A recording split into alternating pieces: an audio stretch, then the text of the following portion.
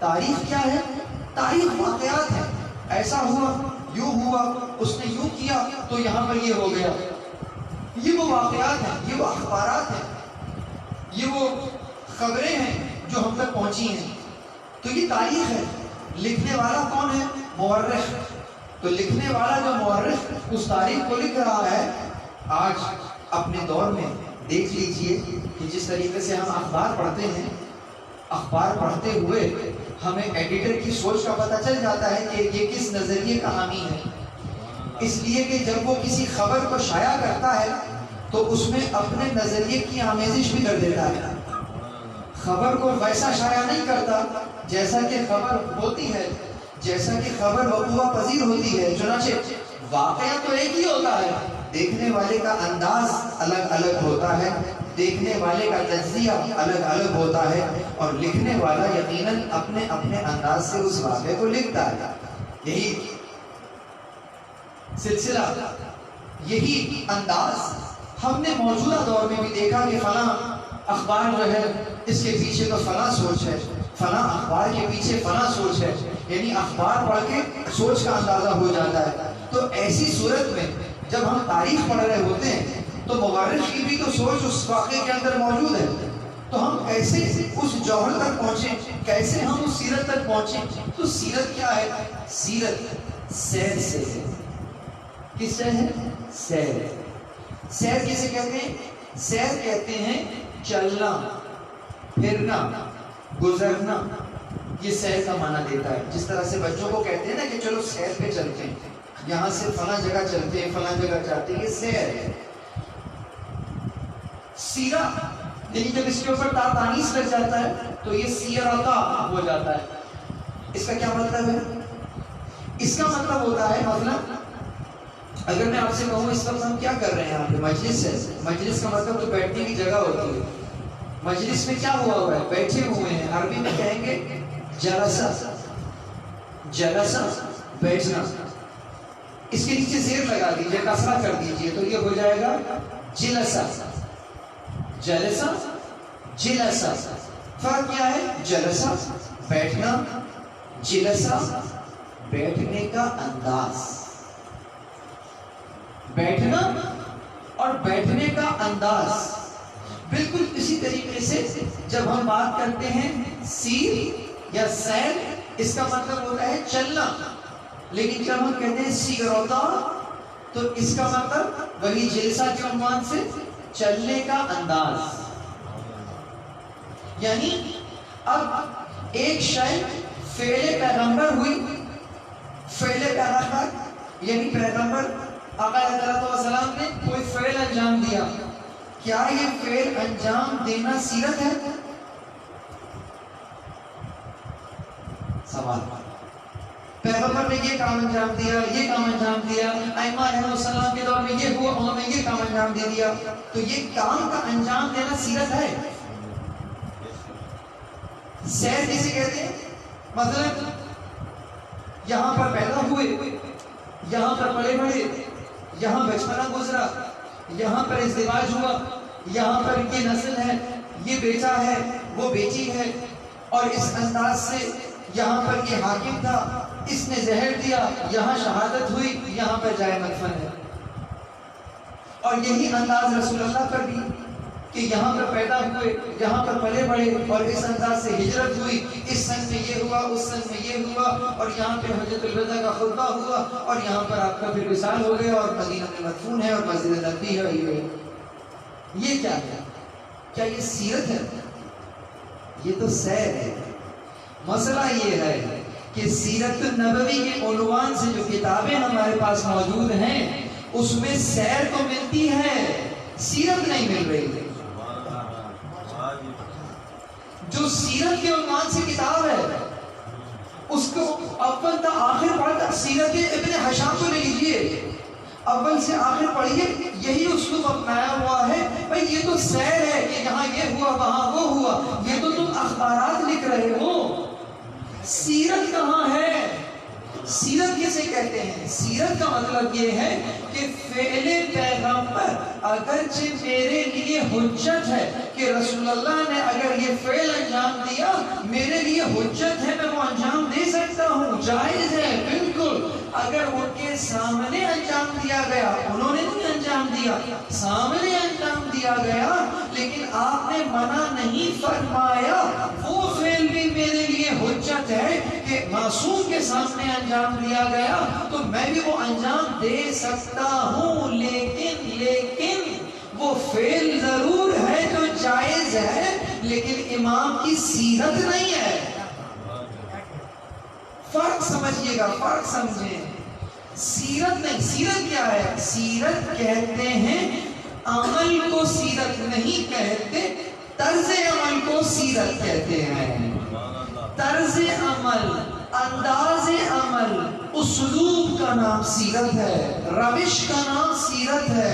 آئیے جوانوں کو ایک ایگزامپل دیتا ہوں جو سمجھ بھی جائیں گے۔ اب تو اینڈرائڈ کا دور ہے، ہاں اگر بہت زیادہ اینڈرائڈ سے آشنائی ہے یا کمپیوٹر سے آشنائی ہے، چلیں کمپیوٹر کی مثال لے لیتے ہیں، سب کے ذہنوں میں آ جائیں گی، وہ جسے آپ کہتے ہیں ڈیسک ٹاپ تھیم، یا آپ اگر کوئی اپلیکیشن یوز کر رہے ہیں، مثلا ایم ایس ورڈ یوز کر رہے ہیں، تو آپ نے کہا اس کے اوپر میں نے فلاں تھیم اپلائی کر دیا۔ آپ نے جیسے ہی تھیم اپلائی کر دیا، اس کے بعد آپ کوئی ہیڈنگ ڈالنا چاہیں، ابھی ڈالی نہیں ہے، ڈالنا چاہ رہے ہیں، میں آپ سے پوچھوں کہ اس کا فونٹ سائز کیا ہوگا؟ آپ کہیں گے 14 ہوگا۔ اس کا فونٹ نیم کیا ہوگا؟ آیا نہیں ہے، ابھی فونٹ ڈالا نہیں ہے، لکھا نہیں ہے کچھ، صرف تھیم اپلائی کیا ہے، اور پھر پوچھ رہا ہوں فونٹ کون سا ہے؟ آپ کہیں گے فلاں فونٹ ہوگا۔ یہ کیا ہوگا؟ کہا یہ ایسا ہوگا۔ وہ کیسے ہوگا؟ وہ ایسا ہوگا۔ ہوا نہیں ہے۔ جب تم کرنا چاہو گے ہم بتائیں گے کہ یہ ہوگا۔ کیوں؟ اس لیے کہ تم تھیم سمجھتے ہو، تم اسلوب سمجھتے ہو۔ لکھنے والا کیا لکھ رہا ہے کہ فلاں جگہ یہ کیا، فلاں جگہ وہ کیا، تو یہ تو تاریخ تھی جو 11 ہجری میں ختم ہو گئی۔ 11 ہجری میں عام لوگوں کے پاس مقام عصمت سے رشتہ ٹوٹ گیا۔ عصمت سے رشتہ ٹوٹ گیا یعنی کیا؟ میں بہت احتیاط سے گفتگو کر رہا ہوں، یعنی کہ ان کے لیے عمل کا دروازہ تو بند ہو گیا۔ اب تو یہی ڈھونڈا جائے گا کہ کیا کیا تھا، وہاں کیا کیا تھا، وہاں کیا کیا ہوگا۔ اب تو بات اس پہ ہو رہی ہے، لیکن الحمدللہ آپ اور ہم کو فخر ہونا چاہیے کہ 11 ہجری سے لے کر 255 اور پھر 260 ہجری تک، یعنی تقریباً 250 سال تک آپ کا رابطہ در عصمت سے قائم رہا ہے۔ اور اس 250 سال کے اندر آنے والے کیا بدلا رہے ہیں؟ وہ آنے والے وہ ہیں جو رسول اللہ کے فقط عمل کو نہیں جانتے، ان کے طرز عمل کو جانتے ہیں۔ اور چونکہ وہ ان کے طرز عمل کو جانتے ہیں تو ان سے جب کوئی بات دریافت کی جاتی ہے تو وہ فقط یہ نہیں کہتے کہ فلاں جگہ پر انہوں نے یہ کیا تھا، وہ فی زمانہ آپ کو بیان کرتے ہیں کہ اس وقت یہ عمل کرو، یہ ہمارے جد کی سیرت ہے۔ اس لیے کہ یہ اسلوب آشنا ہوتے ہیں، اس لیے کہ یہ طرز عمل کو جانتے ہیں۔ بحث مشکل ہے لیکن ذرا سمجھنے کی ہے، ٹیکنیکل بات ہے، بہت توجہ۔ کیا فرق ہے؟ آسان کر دوں اور آسان کر دوں، اگرچہ ایگزامپل سے آسان ہو گئی ہے لیکن پھر بھی آسان کر دوں۔ مثلا اگر آپ کے سامنے کوئی صاحب آئے اور آپ دیکھیں شدید سردیوں کا دور ہے، انہوں نے بہت جیکٹ پہنی ہوئی ہے، موٹا سویٹر بھی پہنا ہوا ہے، شال بھی پہنی ہوئی ہے، بڑی شدید سردی ہے، اور پھر چند مہینوں کے بعد وہی آپ کو دوبارہ نظر آئے گرمیوں میں، اور انہوں نے اپنے لباس کو جناب بالکل کاٹن کا کرتا پہنا ہوا ہے خالی، تو آپ پلٹ کر ان کو کیا کہیں گے کہ آپ کی سیرت میں تو بہت تضاد ہے، کبھی موٹے کپڑے پہنتے ہیں، کبھی باریک کپڑے پہنتے ہیں۔ میں کچھ بات بہت آسانی سے کرنا چاہ رہا ہوں کہ کبھی موٹے کپڑے پہنے ہوئے ہوتے ہیں اور کبھی اتنے باریک کپڑے پہنے، کتنا تضاد ہے آپ کی سیرت میں۔ جواب کیا ہوگا؟ جواب یہ ہوگا جی نہیں، سیرت میں نہ کل تضاد تھا نہ آج تضاد ہے۔ وجہ کیا ہے؟ وجہ یہ ہے کہ کل جب آپ نے ہمیں دیکھا تھا تو شدید سردی میں دیکھا تھا، اور ہماری سیرت یہ ہے کہ ہم اپنی جان کی حفاظت چاہتے ہیں، تو وہاں ہم نے موٹے کپڑوں کو پہن کر جان کی حفاظت کی تھی، اور آج جو آپ ہمیں گرمی میں دیکھ رہے ہیں اور باریک لباس میں دیکھ رہے ہیں، تو آج بھی ہم اپنی صحت کی حفاظت چاہتے ہیں۔ صحت کی حفاظت کل بھی چاہتے تھے، صحت کی حفاظت آج بھی چاہتے ہیں۔ ظاہری تضاد عمل کو دیکھ کر سیرت میں تضاد نہ ڈھونڈ لینا، سیرت ایک ہی ہے۔ میں نے بہت بڑی بات کہہ دی، آئیے اب میں الفاظ اس انداز سے کہہ دوں کہ اب اگر کسی امام کو تلوار نکالے ہوئے دیکھنا اور کسی امام کو صلح کرتے ہوئے دیکھ لینا، یہ نہ کہنا سیرت میں تضاد ہے، بلکہ یہ دیکھنا کہ ان سے پوچھ لو کہ کل جو تلوار اٹھائی تھی وہ فعل تھا، آج جو صلح ہو رہی ہے وہ فعل ہے۔ میں پہلے ہی کہہ چکا کہ فعل سیرت نہیں ہوتا، سوال کرو کہ وہ فعل امام نے کیوں انجام دیا، اس کیوں کا جواب جو آئے گا یہ سیرت ہوگی۔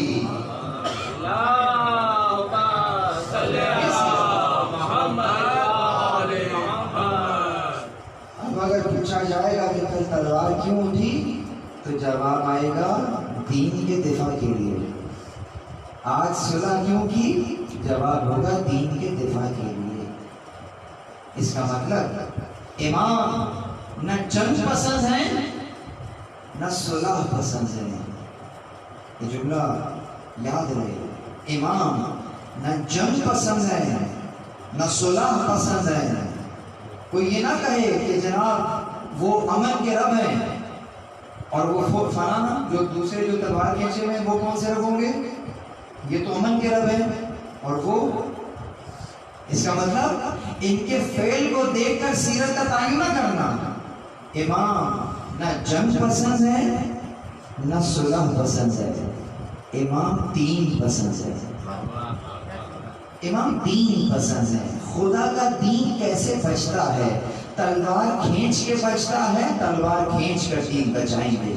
تلوار نیام میں رکھ کر دین بچتا ہے، تلوار کو نیام میں رکھ کر دین بچائیں گے۔ تلوار کو نیام میں رکھ کر دین بچائیں گے۔ اگر تو دعاؤں سے دین بچتا ہے، صحیفہ سجادیہ سامنے آ جائے گی۔ اگر درس و تدریس سے دین بچتا ہے، سازدین کا مدرسہ سامنے آ جائے گا۔ اگر حکومت دے کر دین بچتا ہے تو وہ 25 سال کے درمیان میں نظر آ جائے گا۔ اگر ظاہرت ولی عہدی قبول کر کے دین بچتا ہے، 8ویں امام سامنے آ جائیں گے۔ میں نے پورے 250 سال کو کس انداز سے بیان کر دیا؟ تو اس کا مطلب یہ ہوا کہ یہ جو 250 سال گزر گئے، یہ 250 سال اصلاً مختلف افراد کے 250 سال نہیں، گویا ایک ہی شخص ہے جس کی عمر 250 سال ہے، اور اس کے اوپر زمانے کی مختلف طریقے سے سختیاں، مشکلات اس کو درپیش ہیں، اور وہ ان مشکلات میں کبھی ایک عمل انجام دیتا ہے، کبھی دوسرا عمل انجام دیتا ہے، لیکن مقصد وہی ہے، دین کا دفاع۔ اور جو پیغمبر اکرم نے جس ننھے سے کوپل اسلام کے پودے کو جو لگایا تھا، وہ اس پودے کی خون دے کر آبیاری بھی کر رہا ہے، اس کو نشو نما کروا رہا ہے، اس کے پھل اور پھول سے ہم اور آپ استفادہ کر رہے ہیں۔ اس کے اندر باطل چاہ رہا ہے کہ دائیں سے داخل ہو جائے، بائیں سے داخل ہو جائے، لیکن وہ شخص اس قدر باریک بین ہے کہ نہ باطل کو دائیں سے داخل ہونے دے رہا ہے نہ بائیں سے داخل ہونے دے رہا ہے۔ اسی لیے نظریات کا سمندر ہے جو ابھر آیا ہے مختلف ادوار میں، لیکن اگر اس نظریے کے اندر نجاست نہیں مل سکی تو نہیں مل سکی۔ کیوں؟ اس لیے کہ اس کی حفاظت کا ذمہ رسول اللہ کے ان معصوم جانشینوں کے ہاتھ میں ہے۔ امام علیہ السلام یہی کام انجام دے رہے ہیں، سب نے محافظت کی۔ یقیناً اپنے اپنے دور کی کربلا برپا ہو گئی، لیکن عزیز مسائل نہیں پڑھوں گا، لیکن یہ امام ایسے ہیں کہ ان کا تذکرہ ہی ایسا ہے کہ مصحف کا تذکرہ ہے۔ چوتھے امام نے جس دور کو دیکھا ہے، بہت توجہ، یعنی کہ جہاں کربلا والوں کی کربلا برپا ہوئی اور ختم ہو گئی، وہاں سے امام کی کربلا شروع ہو. بس یہ ہے امام کی امامت کا جو پہلی شب ہے وہ شام غریبہ. جس امام کی امامت کی پہلی شب شام غریبہ ہو، اس امام کے 34 سال میں شبیں کیسی آئی ہوں گی. پھر کہا امام کیا کروں، وقت تو ابھی تمام ہونے والا ہے، لیکن یہ الفاظ ہیں، یہ آپ کی طبیعتیں مختلف ہو جائیں گی. کربلا کے واقعے کو ایک مدت بیت گئی، سید سجاد کی آنکھوں میں اب تک شام ہے. 34 سال گزر گئے، 34 سال کا عرصہ، اور کسی نے آپ کو مسکراتے ہوئے نہیں دیکھا. مسکراہٹ غائب ہو گئی ہے. 34 سال کیوں؟ اس لیے کہ وہ بغض اور کینہ جو لوگوں کے سینوں میں دفن تھا، پہلے تو 11 ہجری میں چنگاری کی صورت میں دروازے پر آیا اور فقط دروازہ جل گیا. لیکن 11 ہجری سے 61 ہجری کا سفر جن ائمہ نے کیا، 61 ہجری میں سید سجاد کو جب امامت ملی تو ان کی امامت نے پہلے ہی دن کیا دیکھا کہ وہ بغض اور کینہ جو چنگاری بن کر دروازے پر آیا تھا، آج گھر کو جلا دیا. پورا گھر جل گیا. کل اگر چنگاری بجھا دی گئی ہوتی، آج گھر نہ جلتا. بہت توجہ. یقیناً جو بغض، جو عداوت، جو دشمنی فقط سینے میں تھی، کربلا میں سب نے کھل کر اظہار کیا، سب نے کھل کر وار کیا. جس کے پاس نیزہ تھا نیزے سے وار کیا.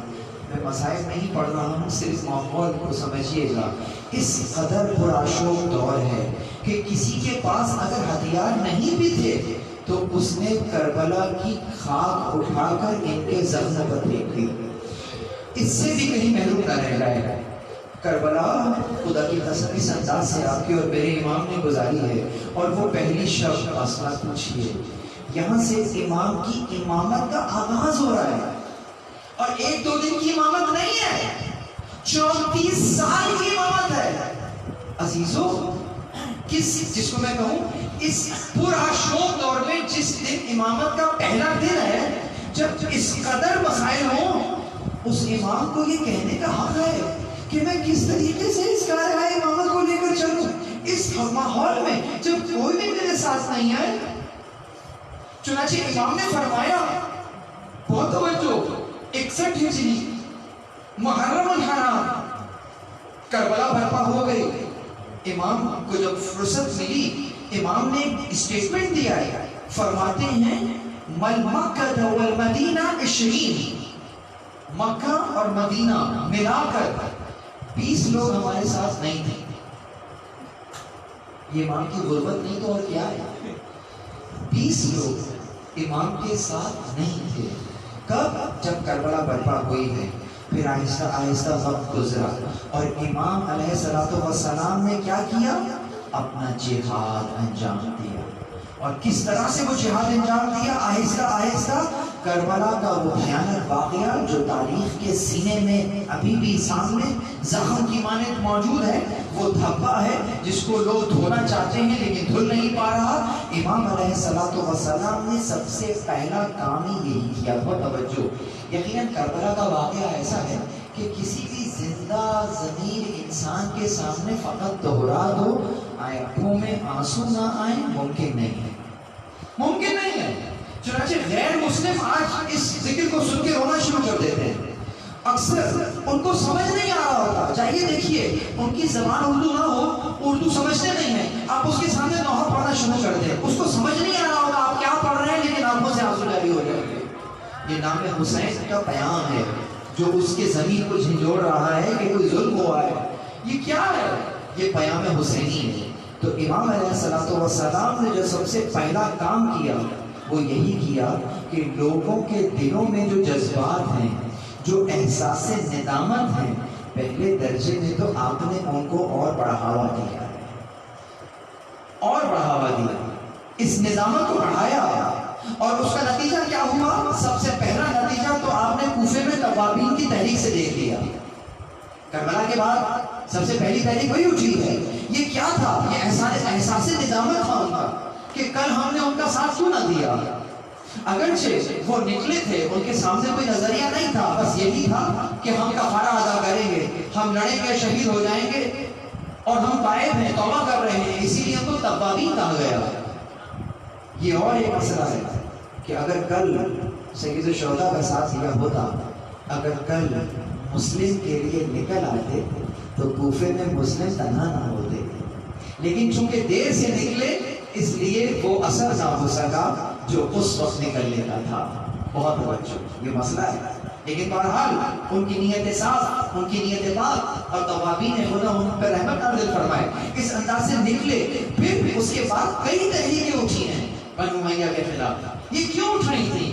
یہ وہی تحریک ہے جو کہ سید سجاد نے اس انداز سے اٹھائی تھی. یہاں تک کہ آپ نے اپنے شاگردوں کی تربیت فرمائی، اور اس تربیت میں سب سے بڑا حصہ اسی فرش اعظم نے ڈالا. ابن شہاب زہری تاریخ میں بہت بڑا نام ہے، تابعین میں سے ہیں، برادران اہل سنت میں ان سے بہت سی روایات لی ہیں، صحابہ کے اندر بھی ان سے روایات لی گئی ہیں. ابن شہاب امام تربیت فرما رہے ہیں. کس طرح؟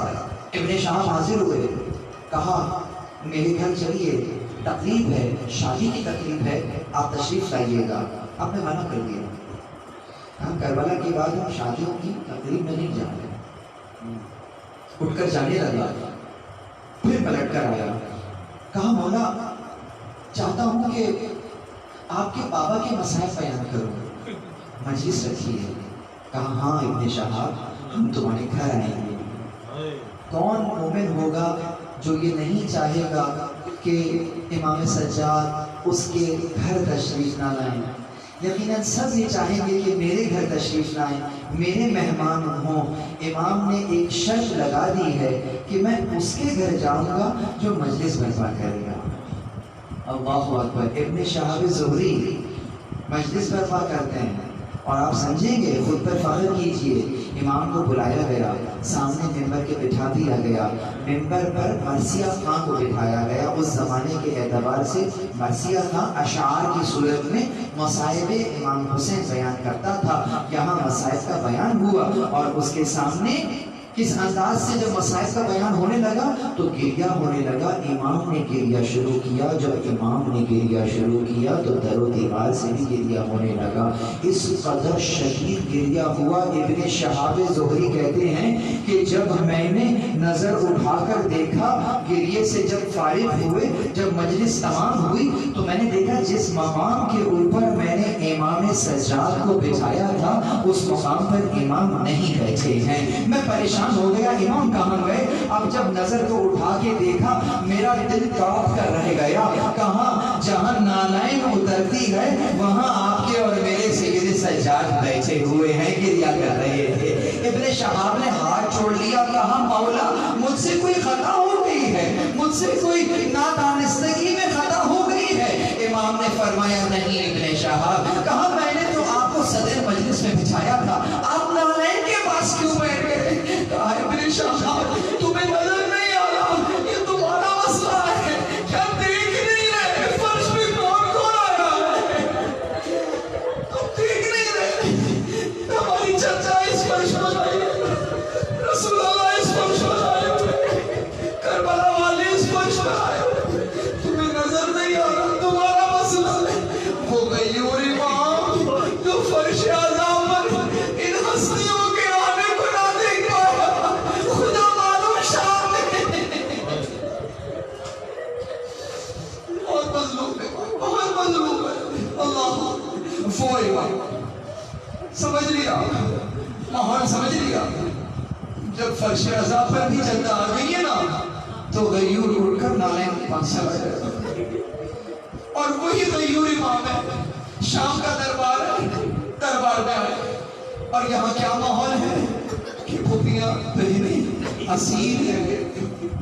اللہ اکبر. میں آپ کو زحمت دے رہا ہوں، میں مسائل نہیں پڑھنا چاہتا تھا، میں تو امام کا خطبہ پڑھنا چاہتا ہوں، لیکن کس طرح دربار میں آئے، کس منظر کو دیکھ رہے.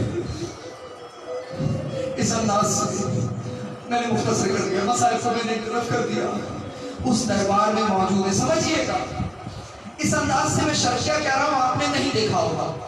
میں کچھ خبروں دینا چاہ رہا ہوں، بہت توجہ رہے، بہت توجہ رہے. دربار کس کا ہے؟ یزید کا دربار ہے. یزید ملعون کا دربار ہے. ہمارے بہت بڑے عالم گزرے ہیں، آیت اللہ مراشی نجفی، قم میں ان کی قبر ہے، ان کی لائبریری ہے، بہت بڑی لائبریری ہے. آپ جب قم جائیں تو اس کی زیارت ضرور کیجیے گا.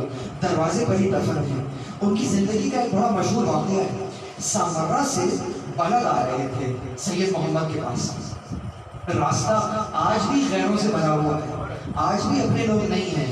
تو کس زمانے میں آ رہے ہیں؟ اپنے زمانے میں 100-150 سال پہلے کا واقعہ تقریباً. جب وہاں سے آ رہے تھے تو راستہ بھٹک گئے. راستہ بھٹک گئے. آج کے طور پہ کوئی سبیل تو نہیں لگی ہوتی کہ جگہ جگہ موقف ہے، سبیل ہے، کچھ نہیں، بیابان ہے. اور راستہ سمجھ میں نہیں آ رہا کہ کس طرح سے جائیں. اللہ اکبر. سمجھیں، ایک مقام کے اوپر ایک جوان کو دیکھا. اور عموماً ایسا ہوتا ہے کہ جب کبھی بھی ملاقات ختم ہو جاتی ہے تو معلوم چلتا ہے کہ آنے والا کون تھا. اور ملاقات ہو گئی اور اس انداز سے آپ کی مدد کر کے چلا گیا. واحد ایک واقعہ میری نظر سے یوں گزرا کہ انہیں ملنے کے بعد اندازہ ہو گیا کہ کس سے مل رہے ہیں اور کون ہے جو ان کی مدد کو آیا ہے. جب پہچان لیا قدموں میں گر گئے. جاتے ہوئے کہنے لگے کہ مجھے نصیحت فرمائیے. امام نے 10 وصیتیں فرمائی. اس میں سے 8ویں وصیت کیا تھی؟ کہا دربار شام میں جو زینب بنت علی نے خطبہ دیا ہے اس کو حفظ کرو. خدا معلوم کیا اسرار پوشیدہ ہے اس خطبے کے اندر، اس کو حفظ کرو. میں یہ توقع نہیں کر سکتا کہ میں ان سے امام یہ کہہ رہے ہوں گے تم اس کو یاد کر لو. یاد تو آج کا طالب علم بھی کر لیتا ہے. جب ان سے کہا جائے گا حفظ کرو، اس کا مطلب ہے اس کی محافظت کرو، اس کے معانی اور مفاہیم کو، مفہوم کو محفوظ کرو. کیا کیا زینب کبریٰ نے وہاں؟ بہت توجہ، بہت توجہ. اس انداز سے دیکھیے، شرکیہ کہہ رہا ہوں، نہیں سوچا ہوگا، سوچئے. اس دربار میں مجھے بتلائیے 61 ہجری بعد 10 محرم، یہ بتائیے کہ شام کے دربار میں امام زمانہ موجود تھے یا نہیں تھے؟ یقیناً سید سجاد امام زمانہ تھے، لیکن دربار میں موجود لوگوں کو امام کی معرفت نہیں تھی، امام کو نہیں جانتے تھے. گویا امام ان کے لیے غیب میں تھے، امام ان کے لیے ظاہر نہیں تھے. اس دربار میں امام علیہ السلام خطبہ نہیں دے سکتے تھے اگر بی بی زینب نے خطبہ دے کر ماحول سازی نہ کر دی ہوتی. سمجھئے، یعنی کہ اپنے وقت کے امام کے ظہور کے لیے جو زمینہ سازی کر رہی ہیں وہ زینب بنت علی کر رہی ہیں. اور کس انداز سے خاموش کرا رہی ہیں اس یزید ملعون کو کہ جو کر چکا ہے اور کر لے. خدا کی قسم تو ہماری وحی کو مٹا نہیں سکے گا، خدا کی قسم تو ہمارے ذکر کو مٹا نہیں سکے گا. دنیا شاہد ہے، اس ملعون کا نام لینے والا کوئی نہیں. علاقہ زینبیہ کے نام سے مشہور ہے، علی کی بیٹی کا نام سے مشہور ہے. یہی کہا تھا اور ایک مختصر سا خطبہ دیا ہے. جب خطبہ دے چکے اس کے بعد سید سجاد آگے بڑھے ہیں اور کہا ہے اجازت ہے کہ میں اس لکڑی کے تختے پر جاؤں اور کچھ کہوں. ماحول اس انداز سے بن چکا ہے، لوگ حیران ہیں کہ کون ہیں یہ آنے والے اور کس انداز سے ان کی فصاحت و بلاغت کو انہوں نے دیکھ لیا ہے. جواب منع کر دیا. جب اور یہاں کے سرداروں نے کہا آ لینے دے، کہہ لینے دے، ایک بیمار، ایک قیدی زنجیر میں جکڑا ہوا ہے، کیا کہے گا؟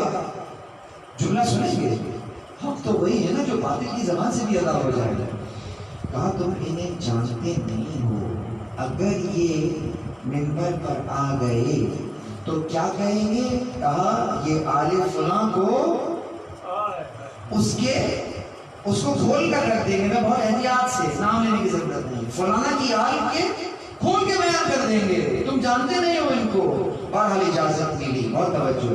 اور اجازت پہ آنے سے پہلے ایک جملہ امام کا ہدیہ کرنا چاہ رہا ہوں. یقیناً ریکارڈ پڑی ہو رہی ہے یہ تقریر، بعد میں پھر سنیے گا، بہت توجہ۔ امام علیہ السلام نے اس سے پہلے جو مقرر تقریر کر رہا تھا، وہ درباری مولوی جو اس انداز سے یزید کے قصیدے پڑھ رہا تھا، جب آل محمد کو اس انداز سے اس نے ان کی خاتم بردہن شان میں گستاخی شروع کی ہے، امام نے روک دیا ایک جملہ کہہ کر کہ تو نے مخلوق کو خوش کرنے کے لیے خالق کو ناراض کر دیا۔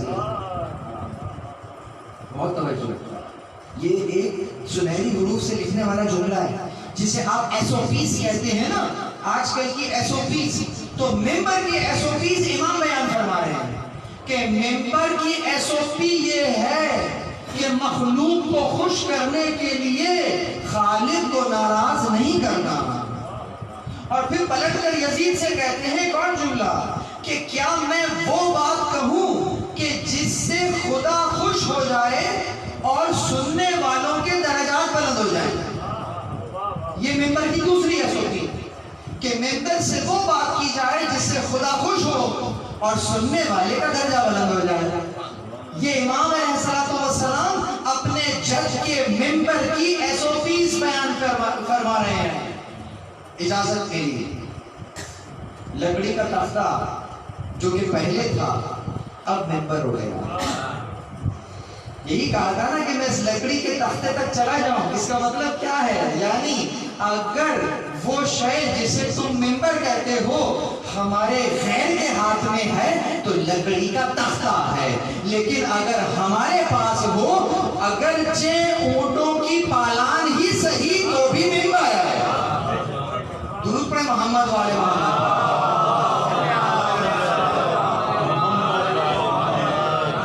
امام علیہ السلام ظاہری وضاحت کی ممبر کے محتاج نہیں ہے، ممبر پر آ گئے، اب ممبر پر آ گئے کیونکہ حق اپنی جگہ پر آیا ہے، اور وہاں سے امام نے اپنا تعارف کرانا شروع کیا، اور اس انداز سے بہت توجہ، کیا کہا؟ لقد اوتینا ستن وفضلنا بالسبع، ہمیں 6 چیزیں عطا ہوئی ہیں، 7 سے بافضیلت کیا ہے۔ امام علیہ السلام اپنے فضائل بیان کر رہے ہیں، امام کے فضائل امام کی زبانی، یعنی فضائل معصوم بزبان معصوم۔ کیا فرمایا؟ لقد اوتینا ستن وفضلنا بالسبع، اوتینا العلم والحلم، سماحة والفصاحة، شجاعة ومحبة في قلوب المؤمنين۔ ہمیں علم عطا ہوا، سب سے پہلے کیا کہا؟ ہمیں کیا عطا ہوا؟ اچھا، اگر ہمیں علم عطا ہوا ہے تو یہ جو سامنے بیٹھا ہے اس کو کیا عطا ہوا ہے؟ الٹ دیجیے، تعرف الاشیاء باضدادها، اشیاء کو ان کی ضد سے پہچانیے۔ ہمیں کیا عطا ہوا ہے؟ علم عطا ہوا ہے، تو اس کے پاس کیا رہ گیا؟ جہل رہ گیا۔ بس اب سمجھ لیجیے، میں نے ایک اصول بیان کر دیا تھا، تعرف الاشیاء باضدادها۔ لقد اوتینا، کیا کہا؟ اوتینا العلم والحلم، ہمیں علم عطا ہوا، ہمیں حلم عطا ہوا۔ یہاں روک کر میں اس آیت کی طرف جا رہا ہوں جو میں نے ابتدا میں پڑھی تھی، سورہ زمر کی 9 نمبر کی آیت ہے کہ ان سے کہہ دو هل يستوي الذين يعلمون والذين لا يعلمون، کیا وہ کہ جو جانتا ہے اس کے برابر ہو سکتا ہے جو نہیں جانتا؟ اور امام فرما رہے ہیں ہمیں کیا عطا ہوا ہے؟ ہمیں علم عطا ہوا ہے۔ تو اگر ہمیں علم عطا ہوا ہے تو جسے علم نہیں عطا ہوا کیا ہمارے برابر ہو سکتا ہے؟ اپنا استحقاق سامنے کر دیا، وقت نہیں ہے، اشارے کر رہا ہوں۔ وہ یاد ہوگا آدم علیہ السلام کو جو بنا رہا تھا پروردگار، کیا کہا تھا؟ انی جاعل فی الارض خلیفہ، میں بنانے والا ہوں زمین پر خلیفہ۔ بس عزیزوں مجھے اتنا بتاؤ کہ جب فرشتے نے یہاں پر سوال اٹھا لیا تھا کہ اتجعل فیها من یفسد فیها ویسفک الدماء ونحن نقدس بحمدک ونقدس لک، ہم تو تیری تسبیح کرتے ہیں، ہم تو تیری تقدیس کرتے ہیں، کیا اسے بنائے گا جو زمین میں کچھ تو خون کرے گا؟ پروردگار مکالمہ قریب بہت طویل ہے، اشارہ کر رہا ہوں، یہ بتلاؤ پروردگار نے کس شے کے ذریعے سے آدم کی برتری تمام مخلوقات پر واضح کی تھی؟ وہ کیا شے تھی؟ وہ شے تھی وَعَلَّمَ الْآدَمَ الْأَسْمَاءَ، آدم کو اسماء کی تعلیم دی تھی، یعنی آدم کو علم دیا تھا۔ فرشتے نے ہاتھ جوڑ لیے، ہمارے پاس تو اتنا ہی ہے جتنا تو دے دیتا ہے، لا علم لنا الا ما علمتنا، لیکن آدم کے علم کو دیکھ کر ہمیں احساس ہو گیا کہ تیرا وہ جو سلیکشن ہے اس کی بنیاد کیا ہے؟ اس کی بنیاد یہ ہے کہ جو خدا کا خلیفہ ہوگا وہ علم میں سب سے برتر ہوگا، اصول قرار پا گیا۔ تو مولا نے کہاں ہاتھ رکھا ہے کہ ہمیں علم عطا ہوا ہے، یعنی جب علم ہمارے پاس ہے تو بتاؤ خلیفہ کون ہے؟ ہم خلیفہ ہیں۔ لَأُوتِينَ الْعِلْمَ وَالْحِلْمَ سَمَاحَةَ وَالْفَصَاحَةَ، ہمیں فصاحت عطا ہوئی ہے، ہمیں بلاغت عطا ہوئی ہے، سماحة والفصاحة والشجاعة، ہمیں شجاعت عطا ہوئی ہے، ہمیں بلاغت عطا ہوئی ہے، اور مومنین کے دلوں میں محبت ہمیں عطا ہوئی ہے۔ یہ چھ چیزیں تھیں جو امام کو عطا ہوئی۔ فخر کی یہ خود تو کہ امام نے آپ کو وہاں یاد کیا اور کہا کہ آپ کے دلوں میں جو محبت ہے یہ ہمیں عطا ہوئی ہے، ائمہ علیہ السلام کو عطا ہوئی ہے۔ اور پھر فرماتے ہیں ہمیں ساتھ سے بافضیلت کیا گیا ہے، کیا؟ یہ کہ جعفر طیار ہم میں سے ہیں، نبی مختار ہم میں سے ہیں، اسد اللہ رسول الرسول ہم میں سے ہیں، اس امت کے سبتین ہم میں سے ہیں۔ اور آخری بات پھر اس پر آپ کو فخر کرنا چاہیے کہ وَمِنَّا مَهْدِيُّهَا، اس امت کا جو مہدی ہے وہ ہم میں سے ہے، تم میں سے نہیں ہے، یعنی کہ وہ جس کے ذریعے سے خدا کا وعدہ پورا ہوگا وہ ہستی، وہ امام تم میں سے نہیں ہم میں سے ہے۔ اور خود پہ فخر کیجئے کہ ہم اسی امام کے زمانے میں ہیں، وہی ہمارے امام زمان ہیں۔ یا محمد وآل محمد بلندر صلوات،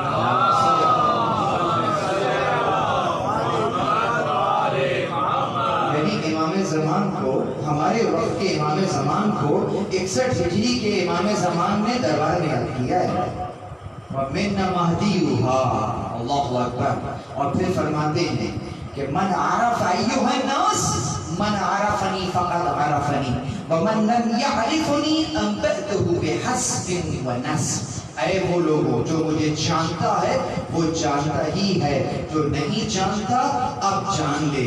انا ابن مکہ والمنى، انا ابن زمزم وصفا، میں مکہ کا بیٹا ہوں، میں زمزم کا بیٹا ہوں، میں صفا کا بیٹا ہوں، میں مروہ کا بیٹا ہوں۔ بہت ابھی خطبہ ہے، میں نے صرف اشارہ کیا ہے۔ پروردگار، اللہ اکبر، توجہ رہے، پروردگار کے نمائندے ہیں، یقیناً محمد رسول اللہ کے بیٹے ہیں، بیان کرنا چاہتے ہیں کہ میں کس کا بیٹا ہوں، بیان کریں کہ میں محمد کا بیٹا ہوں، بیان کریں کہ میں حسین کا بیٹا ہوں؟ جی نہیں، امام کیا فرما رہے ہیں؟ جو مجھے نہیں جانتا وہ اب جان لے کہ میں اسے بتا دیتا ہوں اپنے حسب کو بھی اپنے نسب کو بھی۔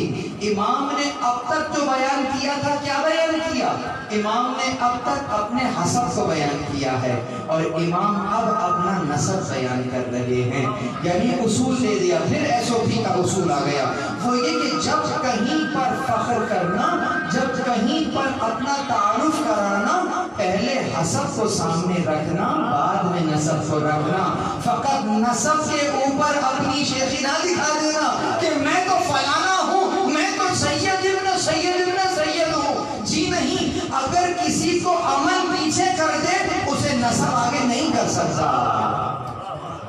امام علیہ السلام جس کو عمل پیچھے کر دے اسے نسب آگے نہیں۔ امام معصوم ہیں لیکن تعارف میں حسب سامنے رکھ رہے ہیں، بتاؤ تم میں کون ہے؟ جن کو یہ چیزیں عطا ہوئی ہیں، کسی کو عطا نہیں ہوئی، ہمیں عطا ہوئی ہیں۔ فضیلت تو یہیں پر ثابت ہے۔ اب آؤ ذرا اپنا نسب بھی بتا دیتے ہیں۔ چلیے نسب بتا دیجئے، سیدھا سیدھا بتا دیجئے، حسین کا بیٹا ہوں، محمد کا بیٹا ہوں۔ جی نہیں، نسب بھی بیان کیا تو کیسے بیان کیا؟ انا ابن مکہ والمنى، میں مکہ کا بیٹا ہوں، میں منی کا بیٹا ہوں۔ بیٹا یعنی کہ کیا؟ بیٹا وارث ہوتا ہے، باپ کا وارث ہوتا ہے بیٹا۔ اگر باپ کا وارث بیٹا ہوتا ہے تو میں مکہ کا وارث ہوں، میں منی کا وارث ہوں۔ اے حاجیوں، تم جس تبرک کو لے کر آ رہے ہو نا زمزم کو، اور اس قدر تقدیس، اس قدر احترام کر رہے ہو، اس زمزم کا وارث تو میں ہوں، میں وارث ہوں زمزم کا۔ اللہ اکبر! یعنی جس زمزم کا وارث میں ہوں اس کو تم نے زنجیریں پہنائی ہوئی ہیں، اس کی آل اور اولاد کو اس طریقے سے تم نے دربار میں لا کھڑا کیا ہے۔ اسی لیے شاعر نے کہا تھا عزیزو کہ یقیناً سجاد اسیر جور ہوئے، افسوس کسی نے یہ نہ کہا، یہ پاؤں ستون کعبہ ہے، زنجیر کسے پہناتا ہے۔ اللہ اکبر! بس عزیزو گزر گیا، وہ مرحلہ بھی گزر گیا، لیکن بس جب کبھی بھی پوچھنے والے نے یہ پوچھا تھا نا آپ کے اور میرے امام سے کہ یہ بتلائیے کہ اس سفر میں سب سے زیادہ مشکلات کہاں پڑی؟ شام غریبہ کا بیان نہیں کیا، خیموں کے چلنے کا بیان نہیں کیا، بابا کے پامال لاشے کو دیکھنے کا بیان نہیں کیا۔ اگر بیان کیا تو کیا کیا؟ 3 مرتبہ کہا الشام الشام الشام، اور یہ کہہ کر غشی میں چلے گئے۔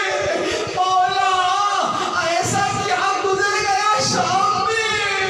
بس اگر سن سکے خدا مجھے قوت دے۔ جب شام میں داخلہ ہوا، امام فرماتے ہیں مجھے زنجیروں میں اس طرح سے کھینچ رہے تھے جیسے میں کوئی حبشی غلام ہوں۔ اس انداز سے اہل بیت کو کشا کشا پھرایا گیا اور سیدانیوں کو اس مقام پر بٹھایا گیا جہاں پر کنیزیں ٹکا کرتی تھی۔ اللہ اکبر! میرا غیور امام! یہ وہی وقت تھا کہ سہیل ابن سعد ساعدی جو کہ رسول اللہ کا صحابی ہے، ابھی عمرہ انجام دے کر شام آیا ہے، کہتا ہے میں نے دیکھا کہ شام کے در و دیوار سجے ہوئے تھے، میں نے سوچا کہ شام والوں کی یہ کون سی عید ہے جس کا مجھے معلوم نہیں ہے۔ میں نے پوچھ لیا بتاؤ یہ کون سی عید ہے جسے میں نہیں جانتا؟ کہا کہ گویا تم کسی صحرا میں رہنے والے معلوم ہوتے ہو، کیا تمہیں نہیں معلوم ایک باغی نے خروج کیا تھا، حاکم نے اسے قتل کیا اور اس کے گھر والوں کو اسیر کیا؟ کہا کیا نام تھا اس باغی کا؟ کہا حسین ابن علی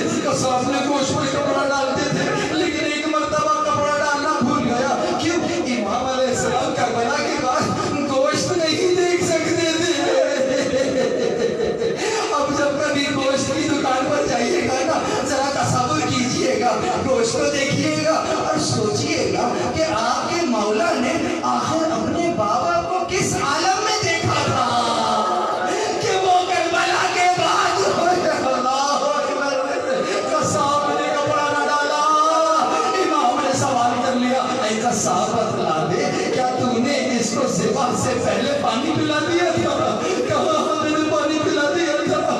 کہا ایک مرتبہ میں جانور سیراب نہیں ہوتا کہ تُو نے 3 مرتبہ پانی پلایا تھا؟ کہا میں آپ کے جد کی شریعت کو جانتا ہوں، میں نے 3 مرتبہ پانی پلا دیا تھا۔ کہا اچھا یہ بتلا جب تُو نے اسے ذبح کیا تھا تو کیا تُو نے تیز دھار چھری سے ذبح کیا تھا؟ کہا ہاں میں نے تیز دھار چھری سے ذبح کیا تھا۔ کہا بس اب مجھے آخری سوال کا جواب اور دے دے، یہ بتلا جب تو اس جانور کو ذبح کر رہا تھا کیا کوئی دوسرا جانور دیکھ تو نہیں رہا تھا؟ بس اس نے جب یہ جواب دیا امام نے کربلا کی طرف رخ کیا۔ ارے کیسے مسلمان تھے، نہ پانی پلایا نہ خنجر تیز کیا۔ میری پھوپھی 70 قدم سے دیکھتی رہی، کسی نے پردہ نہیں فرمایا۔ انا للہ و انا الیہ راجعون۔ وسيعلم الذين ظلموا أي القلب ينقلبون۔ پروردگار امام زمانہ کا ظہور فرما تاکہ وہ سید سجاد پر ہوئے ظلم و ستم کا انتقام لے سکے۔ پروردگار فرش اعظم پر جو مومنی تشریف فرما ہے، پروردگار ان آوازوں پر رحمت نازل فرما۔ خدا معلوم کس کے برابر میں وہ دکھیاری ماں آئی ہے، ہمارے آنسوؤں کو یہ مقام کہ ان کے رومال میں جگہ پا سکے۔ پروردگار تجھے واسطہ فرش اعظم پر جتنے مومنین تشریف فرما ہے گناہان کبیرہ و صغیرہ معاف فرما۔ پروردگار گناہوں کی شناخت نصیب فرما، قرآن و اہل بیت کی معرفت نصیب فرما۔ پروردگار جو مرحوم ہو گئے اعلیٰ علیین میں جگہ عنایت فرما۔ پروردگار جو حج و زیارات کے متمنی ہیں انہیں حج و زیارات پر جانے کی توفیق عنایت فرما۔ پروردگار ہم تڑپ رہے ہیں، راستے بند ہیں، اربعین حسینی کے کچھ اسباب مہیا فرما۔ پروردگار جتنے زائرین قبر امام حسین پر جانا چاہتے ہیں تجھے بی بی سکینہ کا واسطہ ان راستوں کو کھول دے۔ پروردگار تجھے واسطہ ہمارے امام زمان بالکل ویسا ہی ہے جیسے ہم چاہتے ہیں۔ پروردگار ہمیں ایسا بنا دے جیسے امام زمان چاہتے ہیں۔ ربنا تقبل منا انك انت السميع العليم برحمتك يا ارحم الراحمين۔